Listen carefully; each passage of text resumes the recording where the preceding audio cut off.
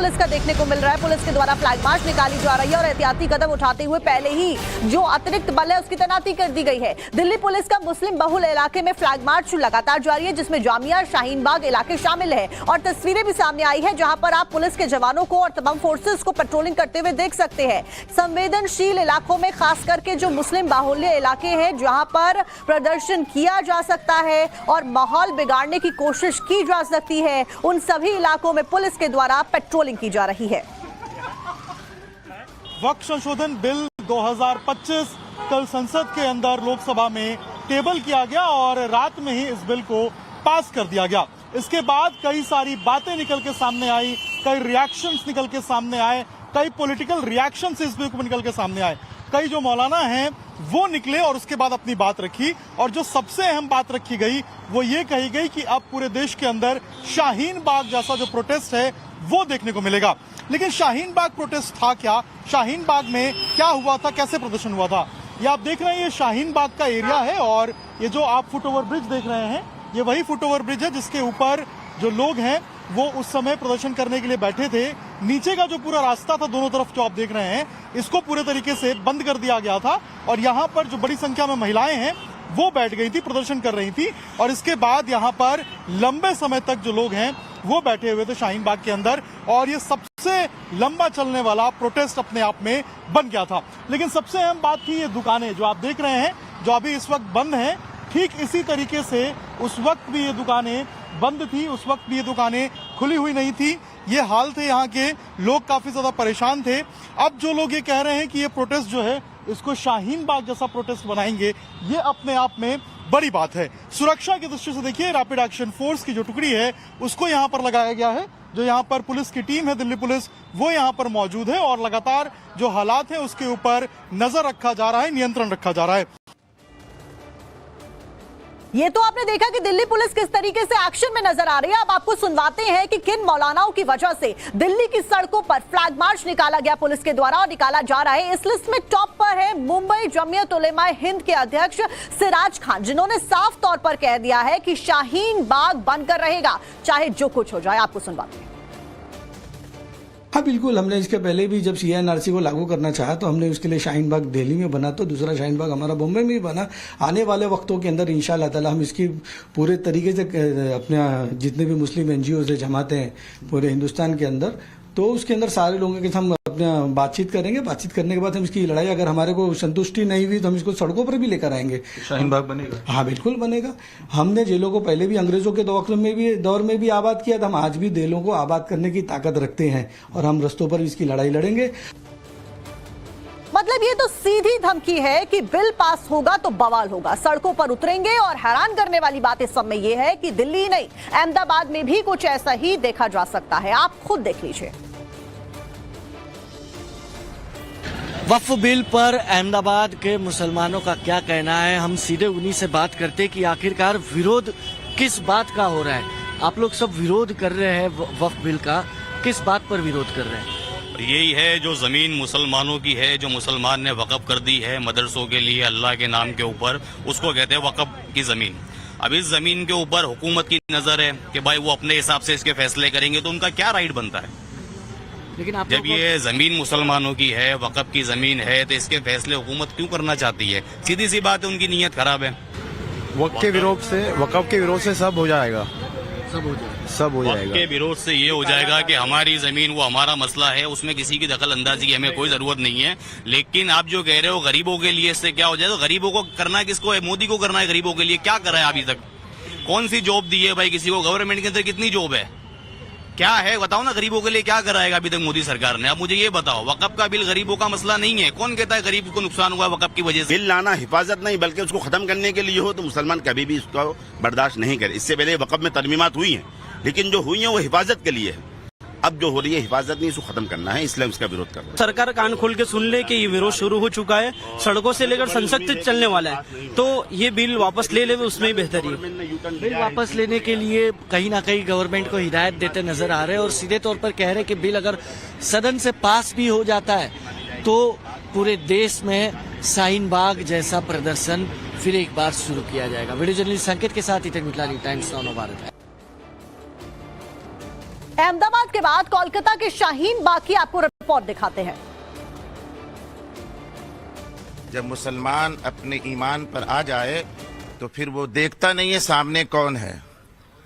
जब तक बर्दाश्त करता है तब तक करता है, लेकिन बर्दाश्त से जब बाहर हो जाता है तो मुसलमान जब मैदान करबला में उतरेगा तो फिर नहीं देखेगा कौन कौन है, फिर तो जो होना है वो होकर रहेगा। मैं सरकार से अपील करूंगा कि वक्फ बिल पास ना हो। वक्फ बिल अगर पास हो गई तो हिंदुस्तान में एक नया मसला खड़ा होगा। मैं आपसे सरकार से गुजारिश करूंगा कि वक्फ बिल पास ना हो। बिल पास नहीं होती है तो बहुत खुशी की बात है, और अगर बिल पास हो गई तो इस पे सारे हिंदुस्तान का मुसलमान एक बार लब्बैक कह करके सड़कों पे उतरेंगे। जो लोग ये कहते हैं, आजकल हम लोग सुन रहे हैं कि मुसलमान पाकिस्तान चले जाओ, मुसलमान बांग्लादेश चले जाओ, तो ये उनका सोच गलत है। ये जो बिल आया है हम लोगों के समझ के बाहर है। वक्फ संशोधन बिल को लेकर अफवाहों का बाजार बहुत गर्म है। अब वक्फ बिल पर अंजुमन इंतजामिया कमेटी के जॉइंट सेक्रेटरी SM यासीन का भी बयान सामने आ गया है। अफवाह तो इस कदर फैलाने की कोशिश की जा रही है जिसके बारे में आप सोच भी नहीं सकते हैं। वक्फ बिल पर SM यासीन का यह बयान आया है। इस बिल के बाद वर्शिप एक्ट नहीं रहेगा। यासीन के द्वारा कहा गया वर्शिप एक्ट को कमजोर करने के लिए यह बिल लाया जा रहा है। वर्शिप एक्ट के खत्म होने से सब कुछ खत्म हो जाएगा। सबसे बड़ा मसला ये, इस बिल के आ जाने के बाद प्लेस ऑफ वर्शिप एक्ट कहीं रह ही नहीं जाएगा। प्लेसेस ऑफ वर्शिप एक्ट 91 जो है उसी को कमजोर करने के लिए ये बिल लाया जा रहा है। प्लेसेस ऑफ वर्शिप एक्ट कहीं नहीं रहेगा। मुस्लिम पर्सनल लॉ बोर्ड की भड़काऊ बयानबाजी लगातार जारी है। इस बीच मोहम्मद मुजाहिदी की ने JPC पर सवाल उठाए हैं। मुस्लिम दुश्मनी के बुनियाद पर बिल आया है। All India Muslim personal law board के द्वारा कहा गया है मुसलमानों को साइडलाइन करने की कोशिश की जा रही है। ये बड़ा बयान यहाँ पर दिया गया है।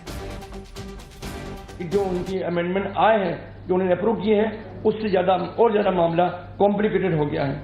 हमारा एहसास है कि JPC महज एक फरेब है और एक धोखा है, और ये मुस्लिम दुश्मनी की बुनियाद पर ये बिल लाया गया है। मुसलमानों को इकोनॉमिकली और रिलीजियसली एक तरीके से गोया के दूर करने के लिए और उनको एक साइडलाइन करने के लिए ये कानून लाया गया है। वक्फ संशोधन बिल पर कल गृह मंत्री अमित शाह लोकसभा में खूब गरजते हुए देखे गए। उन्होंने विपक्ष को कई बार खरी खरी सुनाई, लेकिन इस दौरान उन्होंने वक्फ की कब्जा कुंडली के बारे में भी डिटेल्स में जानकारी दी सबको। सुनिए कैसे गृह मंत्री अमित शाह ने लालू यादव के भाषण का जिक्र करते हुए पटना के डाक बंगला चौराहे पर वक्फ के कारनामे का जिक्र कर दिया। लालू जी ने क्या कहा? मैडम, सरकार जो यह संशोधन विधेयक पेश किया है, सरकार की पहल का हम स्वागत करते हैं। शाहनवाज हुसैन जी और अन्य माननीय सदस्यों ने अपनी बातों को यहाँ रखा, मैं उसका समर्थन करता हूं। आप देखिए, सारी जमीनें हड़प ली गई है, चाहे सरकारी हो या गैर सरकारी। वक्फ बोर्ड में जो काम करने वाले लोग हैं, उनके द्वारा सारी प्राइम लैंड को बेच दिया गया है। पटना में ही डाक बंगले की जितनी प्रॉपर्टी थी, सब पर अपार्टमेंट बन गए। इस तरह की काफी लूट खसोट हुई है। हम संशोधन विधेयक तो आपको अंत में लाए हैं, समर्थन करते हैं, लेकिन मैं चाहता हूं कि भविष्य में आप कड़ा कानून लाइए और ये जो चोरी करने वाले लोग हो उनको जेल की सलाखों के पीछे। अब साहब, लालू प्रसाद की इच्छा इन्होंने तो पूरी नहीं की, नरेंद्र मोदी जी ने पूरी कर दी। ये लालू जी ने कहा था एक कड़ा कानून लाइए। कल पार्लियामेंट में वक्फ संशोधन बिल पर चर्चा के दौरान गृह मंत्री अमित शाह ने पटना के डाक बंगला चौराहे पर स्थित जिस प्रॉपर्टी पर कब्जे की चर्चा की थी, उसी रिजवान पैलेस से संवाददाता साकेत सिंह की ये रिपोर्ट देखिए।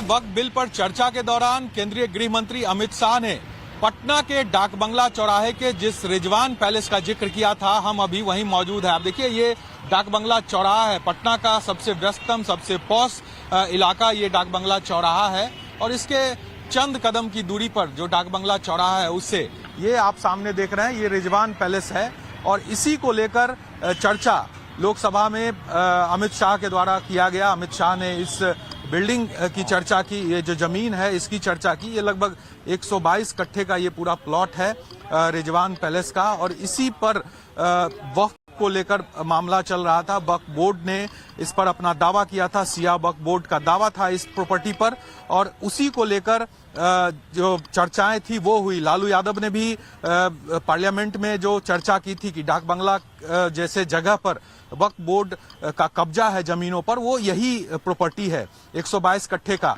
हालांकि पिछले दिनों सुप्रीम कोर्ट से सिया वक्फ बोर्ड को बड़ी राहत मिली।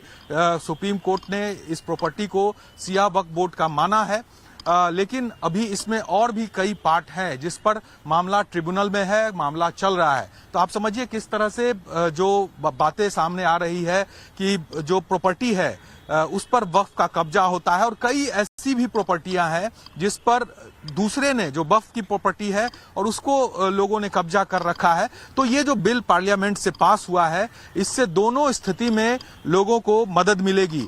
एक तो जो वक्फ की प्रॉपर्टी है जिस पर अवैध कब्जा है उसमें भी राहत होगी, और दूसरा जो अवैध तरीके से वक्फ ने अपना दावा जिन प्रॉपर्टियों पर ठोका है उससे भी इस बिल के जरिए काम होगा। और कहीं ना कहीं इस तरह की जो प्रॉपर्टी है, आप समझिए कितना ये पॉश इलाका है। पटना का डाक बंगला चौराहा करोड़ों में जो दाम है जमीन का इस पूरे इलाके में है, और वहां पर ये 122 कट्ठे का ये प्लॉट है, आप समझिए। और इस 122 कट्ठे के इस प्लॉट पर जिस तरह से विवाद है, जिस तरह से दावा ठोका जा रहा है, ये बताने के लिए काफी है कि ये जो बिल है वक्फ संशोधन बिल, ये आना कितना जरूरी है, ताकि ऐसी जो संपत्तियां हैं उस पर चीजें साफ हो पाए कि आखिर ये संपत्ति किसकी है, सरकार का किस तरह से अधिकार होगा। क्योंकि अगर सरकार के हाथ में ये तमाम प्रॉपर्टियां आएगी तो इसका सही उपयोग होगा। आप समझिए इतने पॉश इलाके में ये पूरी प्रॉपर्टी यूं ही पड़ी हुई है। यहाँ पर देखिए किस तरह से कब्जा है, सब लोग यहाँ पर गाड़ियां लगा रहे हैं, ऑटो रिक्शा तमाम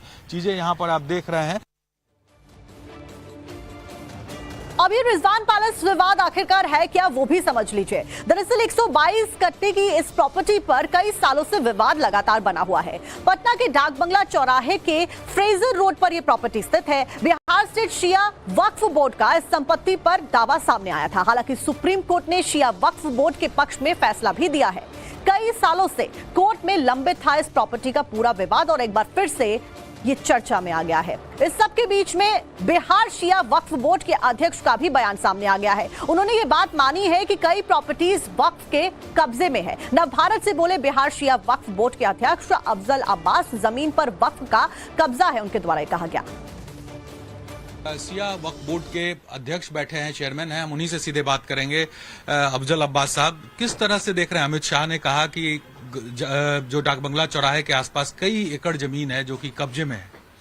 बिल्कुल सही कहा उन्होंने, और ये बिल करीब करीब मैं समझता हूँ कि हजारों करोड़ की प्रॉपर्टी शिया वक्फ बोर्ड की वहां पे है, जिस इंक्लोज था, जिसपे हम लोग ने 52 के तहत कार्रवाई करते हुए डीएम ने रिक्वेजिशन भेजा था खाली करने के लिए। वो लोग ट्रिब्यूनल में गए हैं, और ये बिल्कुल सही है कि अगर सही खाली करा दिया जाए तो मैं समझता हूं कि कम से कम शिया वक्फ बोर्ड को पूरे बिहार में 50,000 करोड़ की प्रॉपर्टी हाथ आएगी। और मैं तो अभी भी कह रहा हूं कि ये स्वागत योग्य है उनका स्टेटमेंट।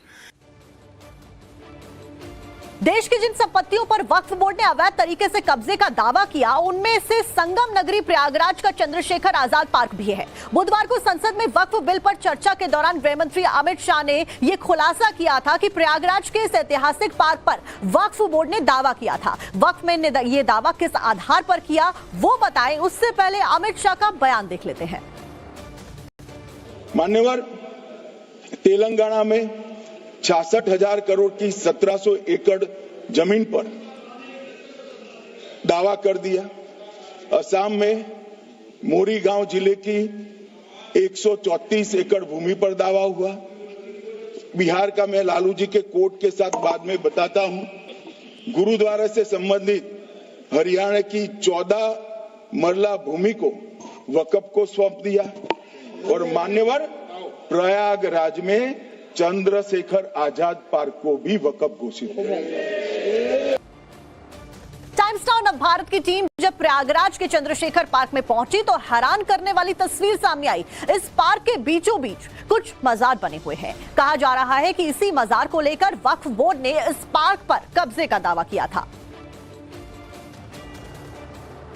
वक्फ बोर्ड की मनमानी और उसकी हड़पाऊ नीति का सबसे बड़ा उदाहरण अगर आपको देखना है तो आप चले आइए संगम नगरी प्रयागराज में। प्रयागराज की जिस भूमि पर स्वतंत्रता सेनानी चंद्रशेखर आजाद शहीद हुए थे, उस भूमि पर भी वक्फ बोर्ड ने अपना दावा कर दिया था। और इस दावे की पीछे की जो वजह है वह हम आपको दिखाने की कोशिश करें कि ये देखिए, ये मजार है और इसी मजार को लेकर वक्फ बोर्ड ने अपना दावा